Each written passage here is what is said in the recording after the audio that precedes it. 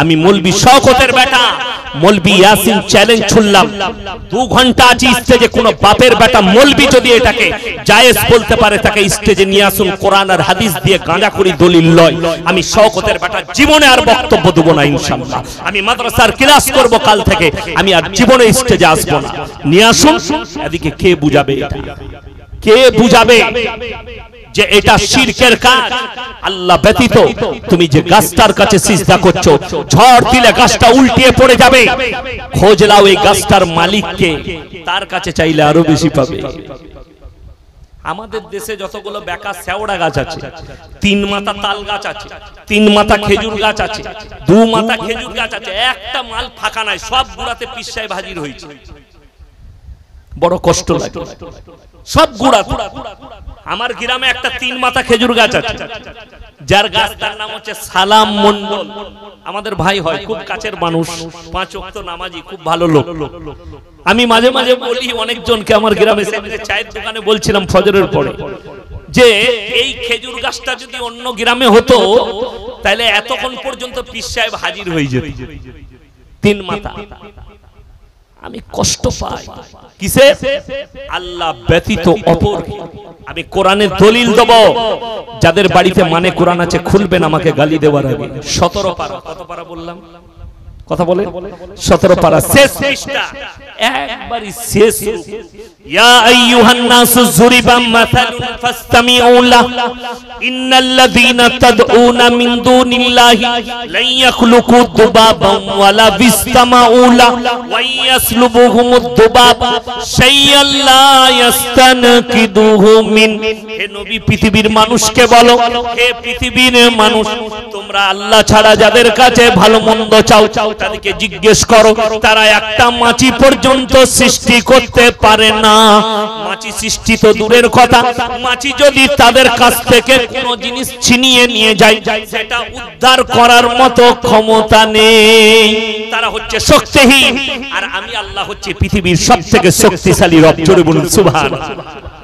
আমার ভাই, আমরা সকলে জানি, আমি মাঝে মাঝে পেরিয়ে গেলে আমাদের তহা হুজুরের বাড়িতে মাঝে মাঝে চা খাই, আমার সঙ্গে ফোনে কথা হয়। একদিন আমাকে কাবাব আর পরোটা আর চা খাইয়েছিল, তো আমি মাঝে মাঝে পেরিয়ে যাই। 21, 22, 23 3 দিন ইসালে সওয়াব হয়, হয় না? হয় না? আচ্ছা, মেয়েরা যেতে পায়? উত্তর দেন না কেন? যেতে পাবে না। জোরে বলবেন যেন এখানে আওয়াজটা উঠে, মেয়েরা যেতে পায়। সবাই জানুক, পশ্চিম বাংলার লোক যারা ইউটিউবে দেখবে, যে না, ফুরফুরার মাটিতে ইসালে সওয়াবে মেয়েদের যাওয়া নিষেধ। কেন? দাদা হুজুর পীর কেবলা রহমাতুল্লাহ আলাইহি তিনার ওসিয়তনামায় লিখেছেন, মেয়েদের মাজারে যাওয়া তো দূরের কথা, নিয়ত করাটাও হারাম।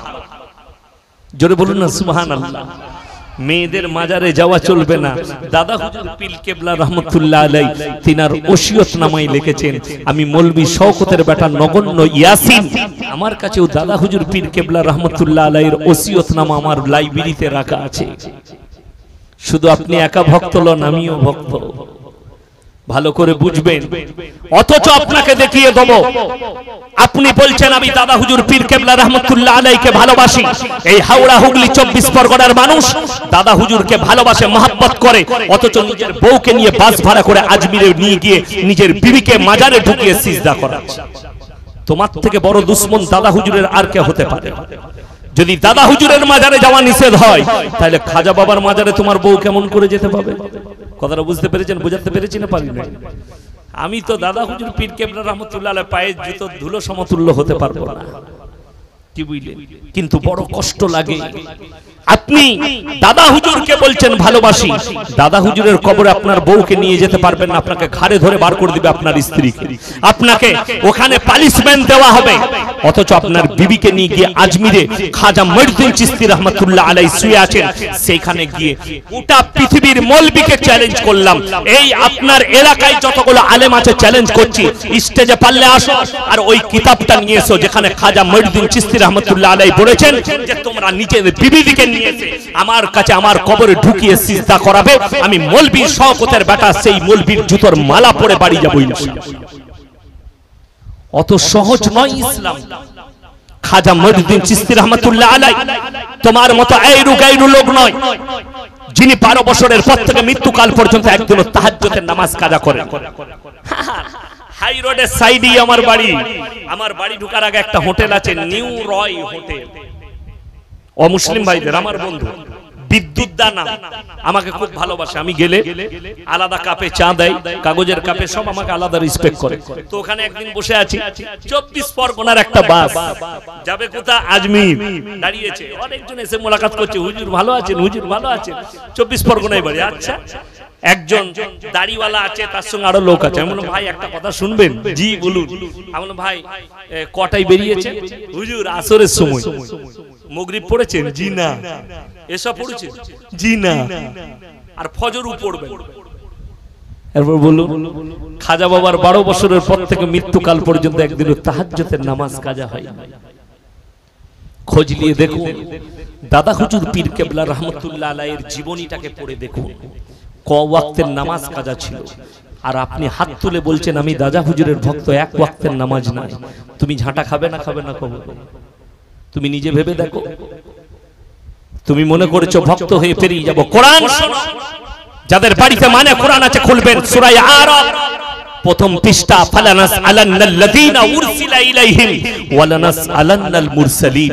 হে নবী, পৃথিবীর মানুষকে বলো আমি কিয়ামতের দিনে নবী পয়গম্বর রাসূলদেরকেও দাঁড় করাবো, তাদের উম্মতকেও দাঁড় করানো হবে, তাদেরকেও জিজ্ঞাসাবাদ করা হবে তোমরা কেমন করে দাওয়াত দিয়েছিলে, আর তাদেরকে জিজ্ঞেস করা হবে তোমরা কেমন করে গ্রহণ করেছিলে। কোরআনে আছে, হে আমার নবী বলে দাও কিয়ামতের দিনে একজন নবীকে আমি কাঠগোলায় দাঁড় করাবো, তিনি হচ্ছেন হযরতে ঈসা মাসিহ, যিনাকে আবার আল্লাহ নামাবেন দুনিয়াতে। সেই ঈসা মাসিহকে আল্লাহ দাঁড় করাবেন। কোরআনে আছে আল্লাহ প্রশ্ন করবেন কাদের জন্য। আপনি এখন দেখবেন খ্রিস্টানরা তাদের গির্জায় দুজনের মূর্তি রেখেছে, এক হচ্ছে যিশুস আর দ্বিতীয় হচ্ছে তার মা মারিয়াম। ঈসা নবীর মা মারিয়াম, এই দুজনের মূর্তি রাখা আছে। তারাও বিশ্বাস করে আল্লাহ তাআলা ঈসা নবীকে তুলে দিয়েছেন এবং তার রূপ হিসাবে যিশুসের তারা উপাসনা করে। যিশুস কাছে চাই কেন? রওয়ায়েতে আছে যে লোকটা প্রথম মারার জন্য ঈসা নবীকে ঘরের মধ্যে প্রবেশ করেছিল, আল্লাহ তার চেহারাটা ঈসা মসিহর মতো করে হযরতে ঈসা মসিহকে আসমানে তুলে নিয়েছিলেন। জোরে বলুন সুবহানাল্লাহ। এরা না দেখে তাকে ক্রুশচিত্র করেছিল, সেই লোকটার নাম হচ্ছে যিশুস। কথাটা বুঝতে পেরেছেন? ঈসা নবীর নাম কিন্তু যিশুস নয়, যিশুস হচ্ছে সেই লোকটা। এরা তার রূপে ঈসা নবীর উপাসনা করে। যখনই খ্রিস্টানদের ঈমান ততদিন ছিল যতদিন পর্যন্ত বলেছে কি ঈসা হচ্ছে আল্লাহর নবী। যখনই তাদের পণ্ডিতরা বললে, তাদের জ্ঞানীরা, যে ঈসাকে যখন আল্লাহ তুলে নিয়েছে ওটা ঈসা নবী হচ্ছে আল্লাহর বেটা, জোরে বলুন নাউজুবিল্লাহ।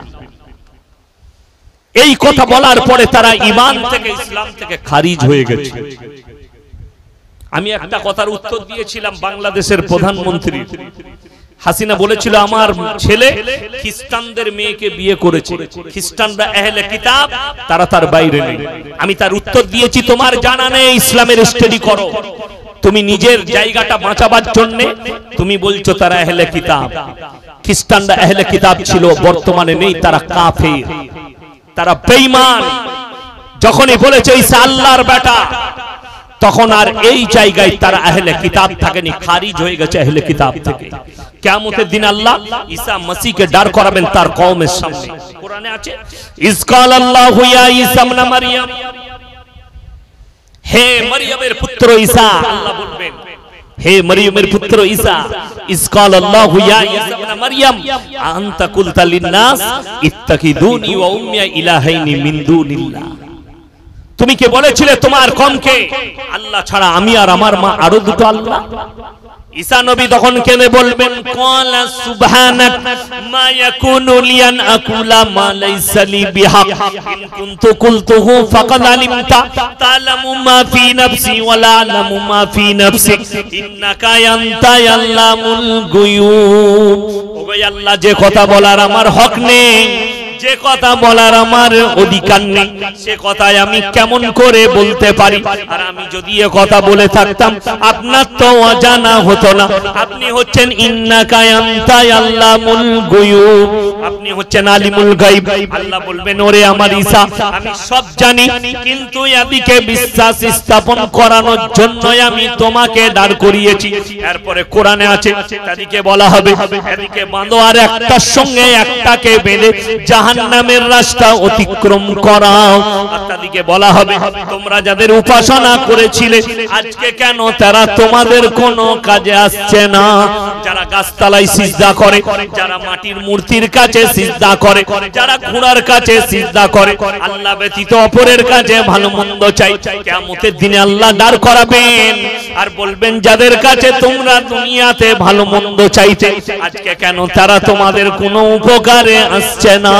তাদের কাছে যখন বলতে যাবে তারা বলবে আমরা তো তোমাদিকে দাওয়াত দিয়ে ডাকিনি, তোমরাই আমাদের কাছে এসেছিলে। তাদের জন্য ভয়ঙ্কর দিন সেই দিনটা। ভালো মন্দ কল্যাণ অকল্যাণের মালিক সকলে বলুন কে? একমাত্র আল্লাহ রাব্বুল আলামিন। ভালো মন্দ কল্যাণ অকল্যাণ সব আল্লাহর তরফ থেকে হয়। ইজ্জত আর জিল্লাতের মালিক আল্লাহ, রুজি দেনে ভালো আল্লাহ, পৃথিবীর হায়াত মত ভালো মন্দ সবের মালিক হচ্ছেন একমাত্র আল্লাহ। বড় কষ্ট লাগে। দেখুন ইসলাম কিভাবে বিকৃত হয়। আমি কুরবানির 1 মাস আগে জলসায় যাচ্ছিলাম উত্তর দিনাজপুর, কালিয়াগঞ্জ থানায় জলসা ছিল। তো রাস্তায় যাচ্ছি, ঠিক বোলপুর পেরিয়ে শান্তিনিকেতন বোলপুর পেরিয়ে আহমদপুর আর বোলপুরের মধ্যখানে আমার গাড়ি আটকিয়ে দিল। একদল যুবক দাঁড়িয়ে আছে, হাতে কলমা লেখা ঝান্ডা আছে। আমি ড্রাইভারকে বললাম আমার দিকে পাঠাও, আমি বাঁ দিকে বসে থাকি। সামনে এলো, কি ব্যাপার? হুজুর চাঁদা লাগবে। কিসের বাবা? বললে আমরা ওরস করবো অমুক বাবার। আমরা আলহামদুলিল্লাহ খুব ভালো জিনিস দেবো। কি কি হয় বাবা? অনেক লোক আসে মাশাআল্লাহ, অনেকজন খানা খায় আলহামদুলিল্লাহ। আর কি হয়, কি কি পাওয়া যায়? বললে অনেক দূর থেকে লোক আসে, মাজারে গিয়ে যা চাইবে তাই পাবে, বাবার কাছে যেটা চাওয়া যায় সেটাই পাওয়া যায়। এমন আমার একটা কথা রাখবে কি, আমি তাহলে তোমরা রাস্তায় চাঁদা করছো কেন? বাবাকে গিয়ে বলো বাবা আমরা ওরস করব, টাকা দে। কথাটা বুঝতে পারেন? ওখানে পাওয়া যাবে তো। তাহলে রাস্তায় লোককে গাড়ি দাঁড় করিয়ে এখানে চাঁদা তুলছিস? বিবেক বুদ্ধি হওয়া দরকার। শুনে রেখে দেন, ইসলামী শরীয়ত শুনিয়ে যাচ্ছে। কেউ যদি গাড়ি দাঁড় করিয়ে চাঁদা তুলে জলসা করে, সেই জলসা করা হারাম। কেউ যদি মাদ্রাসার জন্য গাড়ি দাঁড় করিয়ে চাঁদা তুলে আদায় করে, জলসা হোক মাদ্রাসার হোক মসজিদের হোক, জায়েজ নাই, শরীয়ত সম্মত। কেন? সকালে মাসলা জানেন, সকলের পয়সা সব জাতির পয়সা আমরা মসজিদে লাগাই, লাগানো যাবে? যাবে না। তুমি ধর্ম পালন করবে গাড়ি দাঁড় করিয়ে চাঁদা তুলে? কে বলল তোমাকে? কে অর্ডার দিল? কে বুঝাবে? এদিকে বড় কষ্ট লাগে। আপনি চলুন, বললে প্রশ্ন করে, বললে গালিগালাজ করে। হাওড়া জেলায় বাগনানে গত বছরে মুসলিমদের যুবকরা ঈদে মিলাদুন নবীর জশ্ন বার করে ডিজে বাজিয়ে ডান্স করেছে। আমি দেখলাম ফেসবুকে, ইউটিউবে, সেখানে একজন ফুরফুরার পীরজাদা ছিলেন, তিনি প্রতিবাদ করেছেন। আমি জানলে তোমাদের এই প্রোগ্রামে আসতাম না। আমি তেনার শুকর আদায় করেছি যে তিনি ভালো কাজ করেছেন। এই প্রতিবাদ হওয়া দরকার। আমি বলেছি শোনো, এইরকম জুলুস বার করা হারাম। বাগনানের জলসায় একটা যুবক দাঁড়িয়ে বললে হাদিসের দলিল দিতে হবে, কোথায় লেখা আছে হারাম? আমি বললাম ভাই আমি জানি না। তাইলে আপনি হারাম বলছেন কেন? আমি বললাম শোনো, আজকে সবাই এশার নামাজ ক রাকাত পড়েছেন? ক রাকাত পড়েছেন? ফরজ নামাজ ক রাকাত? এশা 4 রাকাত। আমি ইয়াসিন যদি বর্ধমান থেকে এসে বলে যাই কাল থেকে 6 রাকাত পড়বে, আপনারা কি চাইবেন? কথা বলেন না, কি চাইবেন? দলিল। আর আমি যদি বলি পড়া যাবে না, এরকম দলিল দেখা খুঁজে পাবেন আপনারা? একটা মৌলবি খুঁজে পাবে যে কোথায় লেখা আছে পড়া যাবে না?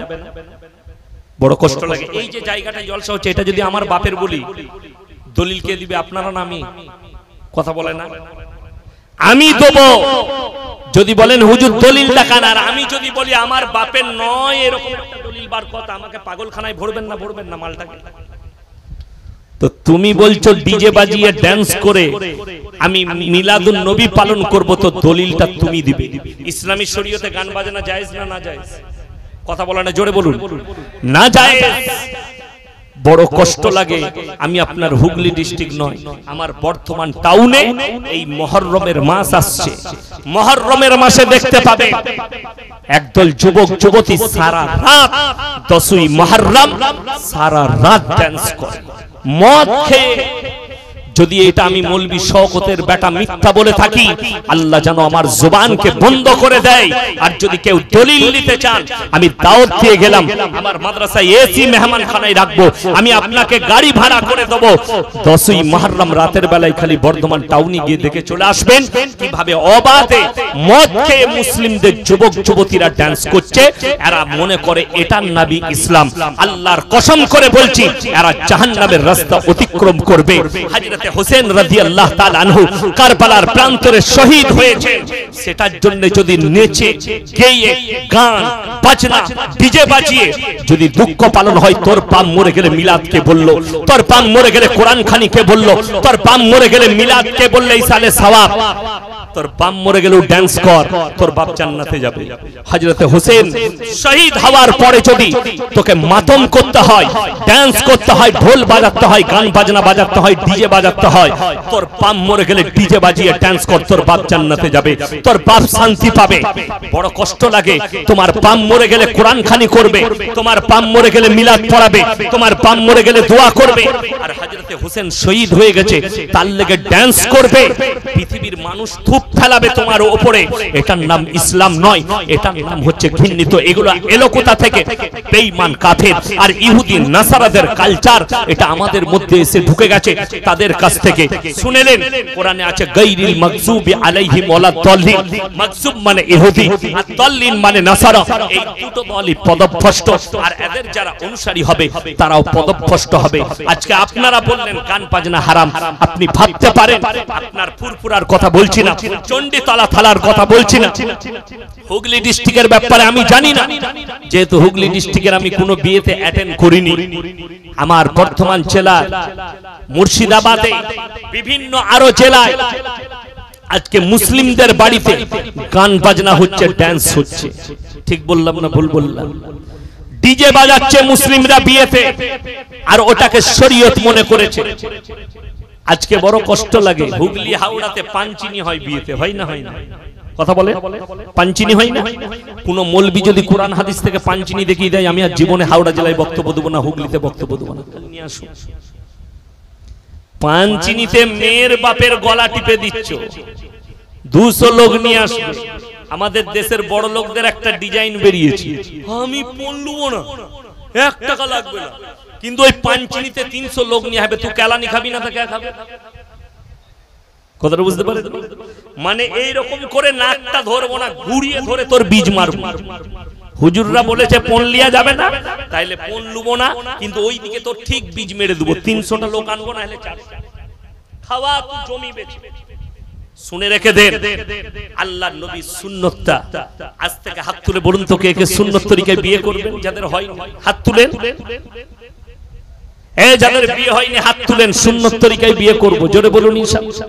ভয়ে কেউ হাত তুলছে না, খুব বিপদ। কি বুঝলেন? আল্লাহ ফেরে পড়বি। ভাই কান খুলে শুনেলেন, আপনি সর্ববেশি 10 জনের বেশি নিয়ে যেতে পারবেন না। 7 থেকে 10 জন বিবাহ করতে যাবেন। ওলিমা করা হচ্ছে, ওলিমা খাওয়ানো হচ্ছে সুন্নত, জোরে বলুন সুবহানাল্লাহ। ওলিমা খাওয়ানো সুন্নত। ইসলামে লগ্ন নেই, ইসলামে আপনার পাঞ্চিনি নেই, ইসলামে আপনার বিবাহ বার্ষিক নেই, ইসলামে আছে সুন্নত তরিকায় বিয়ে। নিকাহ কোথায় হবে? প্যান্ডেলে লয়।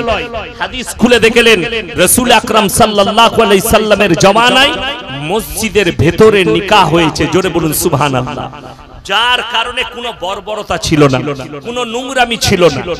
আমার এক ছাত্রের বিয়ে দিতে যাচ্ছে, আমি কিন্তু শর্ত রেখেছিলাম যে মসজিদের ভেতরে নিকাহ পড়াবো, তবে আমি আছি। বলে হুজুর আপনি যা করবেন। রাস্তায় যেতে যেতে মেয়ে ছেলেদের বাজারে দাঁড়িয়েছে, আমি গাড়িটা দাঁড় করা কি করছে? এরকম বড় বড় দুটো ডাব কিনলাম। ডাবগুলো কি ব্যাপার? বলছে মেয়ের মা আর বাপ বিয়ে না পড়ানো পর্যন্ত কিছু খেতে পাবে না, বিয়ে পড়িয়ে এটা খাবে। আমরা কোথায় পেলিবে হাদিসে? ও নিজেই জানেন। আমরা ডাবগুলো আমার গাড়িতে দিই, এসি আছে একটু ঠান্ডা হয়ে যাবে, তো আমার গাড়িতে দিল। আমি আমার ম্যানেজারকে বললাম ভেতর দিকে ঢুকে গিয়ে স্কুল ড্রাইভারটা নিয়ে আয়, ফুটো কর দে মাল আমাকে। আমি চালিয়ে দিলাম। ওরা বিয়ে পড়ানোর পরে খুঁজে বেড়াচ্ছে ডাব দুটো কোথায়, ডাবে পানি থাকলে তো খাবে। ও তো আমি চালিয়ে দিয়েছি দুটো। বলে হুজুর পানিগুলো আমরা খেয়ে নিয়েছি, ওদিকে কলের পানি খাওয়া। এর থেকে বড় জিহালাত আর কি আছে? এর থেকে বড় জিহালাত আর কিছু নেই। আপনি দেখুন হাদিস জানা আছে। আজকে আমরা জানি না পর্দা কাকে বলে। আমরা মনে করেছি বোরকা মানে পর্দা। কে বললে তোমাকে বোরকা মানে পর্দা? বোরকাটাই পর্দা নয়। বোরকা হচ্ছে সালিম পোশাক, যেটার দ্বারা শরীর ঢাকা যায়। প্রয়োজনে যদি বাইরে যেতে হয়, প্রয়োজনে বাইরে যেতে হয়। এখন তো মোবাইলের মুক্তি বেরিয়েছে, মোবাইল মুক্তি আপনারা জানেন। ও কিতাব পড়া লাগবে না, ও মোবাইলে মুক্তি হয়েছে। দিয়ে বউকে নিয়ে ফুচকা খাওয়াতে যাচ্ছে, বোরকা পড়ে ফুচকা, বোরকা পড়ে রেস্টুরেন্ট। তোর বার করবে যা কবুরি। কে বললো বোরকা পরিয়ে বউকে নিয়ে রেস্টুরেন্টে খেতে যাওয়া যায়? আমি বলবো না। যদি বলেন হুজুর আপনি কি করে জানলেন? আমি জলসা করলে মাঝে মাঝে এসে সেরে পাঞ্জাবে দাঁড়াই, চা খাই কোলাঘাটে। কত মালকে দেখেছি বউকে নিয়ে রাত 1টার সময় হোটেলে খাচ্ছে বোরকা পরিয়ে নিয়ে। আমার বউ জান্নাতি। জান্নাত কোথা পাবি বে? ঝাঁটা খাবি, কবরে যা। পর্দা ওটা। শুনে দেন হাদিস, 3টে কারণ ছাড়া মেয়েরা বাড়ির বাইরে যেতে পাবে না। জোরে বলুন সুবহানাল্লাহ। 3টে কারণ ছাড়া। 1 নম্বর, যদি কাছের আত্মীয় কেউ মারা যায়। কিন্তু আমার মায়েদের রোগ একটা, দেশেতে যেই মারা যায় ঠিক আত্মীয় বার করবে। আপনি আমি আত্মীয় জানি না। এখনো পর্যন্ত আমি কুটুম বাড়ি গেলে আমার মাকে আমার স্ত্রীকে জিজ্ঞেস করি, হ্যাঁ গো কে হয় আমাদের? আমি আগে সম্পর্কটা জেনে নি, ওটা তো বলতে হবে। জেনে নি, আর মায়ের দিকে সম্পর্ক বলার দরকার নাই। তো বেটা জিজ্ঞেস করছে কোথায় যাবি? বলে ভগবতীপুর। কেন? লোক মরেছে জানি না। কে হয় গো? তোর বাপের ফুপুর অমুকের তমুক করে ঠিক একটা কুটুম বার কর। মানে ডিজাইন আলাদা কুটুম বার কর, আপনি খুঁজে পাবেন না। কিন্তু হাদিস শুনেলে মায়েরা যারা শুনছেন আমার বয়ান কান খুলে শুনে যান। 3টে কারণ ছাড়া। নাম্বার 1, কাছের আত্মীয় মারা গেলে পর্দার সহিত এবং স্বামীর হুকুম ছাড়া যেতে পাবে না। নিজের বাপ যদি মারা যায়, স্বামী যদি সফরে থাকে, যোগাযোগ না থাকে, স্বামীর হুকুম ছাড়া যেতে পাবে না। যদি বলেন দলিল দেন, রাসূল আকরাম সাল্লাল্লাহু আলাইহি সাল্লাম একজন সাহাবী ইসলামের প্রচারে চলে গেছেন। তিনার স্ত্রী আছেন বাড়িতে এবং একটা পাড়ায় তিনার মায়ের ঘর কাছাকাছি। তিনার মা অসুস্থ। সাহাবীর কাছে খবর এলো, সেই সাহাবীর বিবির কাছে, তোমার মা অসুস্থ। আল্লাহর রাসূলের কাছে হুকুম চেয়ে পাঠালেন, ইয়া রাসূলুল্লাহ আমার মা অসুস্থ, আমি কি আমার মাকে দেখতে যেতে পারি? খুব ভালো করে শুনবেন, মায়েরা শুনবেন হাদিসটা ভালো করে। আমি কি আমার মাকে দেখতে যেতে পারি? রাসূল আকরাম সাল্লাল্লাহু আলাইহি সাল্লাম বললেন, আমার ওই সাহাবীর বিবিকে বলে দাও তোমার স্বামী সফরে আছে, স্বামীর হুকুম ছাড়া তুমি পায়ের নখটা বের করতে পারবে না বাড়ি থেকে। তিনি আর গেলেন না নিজের মাকে দেখতে। কিছুদিন পরে খবর এলো তোমার মা যেন মরণাপন্ন অবস্থায়। আবার রাসূলের কাছে খবর পাঠালেন, ইয়া রাসূলুল্লাহ আমার মা মরণাপন্ন অবস্থায় আছে, আমি কি এরপরও একটু দেখতে যেতে পারি? আল্লাহর হাবিব বললেন, তুমি তোমার পায়ের নখটা পর্যন্ত বের করতে পারো না স্বামীর হুকুম ছাড়া। আবার গেলেন না। কিছুদিন পরে খবর এলো, ইয়া রাসূলুল্লাহ হে সাহাবীর বিবি তোমার মা ইন্তেকাল করেছে। বিবির চোখ দিয়ে পানি। রাসূলের কাছে হুকুম চাইতে পাঠালেন, ইয়া রাসূলুল্লাহ আমার মা ইন্তেকাল করেছে, এরপরও কি শেষবারের মতো আমার মুখটা একবার মায়ের মুখটা দেখতে পাবো না? আল্লাহর নবী হুকুম দিলেন, সাহাবীর বিবিকে বলে দাও তোমার স্বামী সফরে আছে, স্বামীর হুকুম ছাড়া পায়ের নখটা তুমি বের করতে পাবে না। সেই সাহাবীর বিবি গেলেন না। জানাজা হয়ে গেল, দাফন কাফন হয়ে গেল। আল্লাহর রাসূল খবর পাঠালেন, আমার ওই সাহাবীর বিবিকে খবর দাও, তুমি এতটাই ভাগ্যবতী, তোমার স্বামীর হুকুম পালন করার কারণে আল্লাহ তোমার মাকে ক্ষমা করে জান্নাতি করেছেন। জোরে বলুন সুবহানাল্লাহ। আমার মা আপনি স্বামীর ফরমাবরদারি করুন। কোরআনে আছে তোমার স্ত্রীকে তোমার জন্য খেতিবাড়ি করা হলো, আপনার জন্য খেতিবাড়ি, আপনার স্ত্রীকে আপনি পরিচালনা করবেন, তার প্রয়োজন আপনি মেটাবেন। কোন মেয়ে বাজারে যাওয়া মেয়েদের জন্য হারাম। দ্বিতীয় নম্বর কারণ যেতে পাবে যদি শরীর গুরুতর অবস্থা হয়, অসুস্থ হয়, ডাক্তারের কাছে পর্দার সহিত যেতে পাবে। নম্বর 3 যদি হজ ফরজ হয়, হজ করতে যেতে পাবে। যদি স্বামী না থাকে, যার সঙ্গে বিবাহ হারাম, তার সঙ্গে হজ করতে যেতে পাবে। এই 3টে কারণ ছাড়া তৃতীয় কারণ হাদিসে আসেনি। এরপর আপনারা প্রশ্ন করবেন যে মেয়েরা চাকরি করছে সে ফতোয়া কোথায় নেবে জানি না, কিন্তু আমার কাছে পার্সোনাল ফতোয়া নিলে মেয়েদের জন্য বাড়ি থেকে বের হওয়া হারাম। মেয়েদের জন্য যে জায়গায় ছেলে মেয়ে একসাথে চাকরি করে সেই জায়গায় মেয়েদের চাকরি করা হারাম। যে জায়গায় ছেলে মেয়ে একসাথে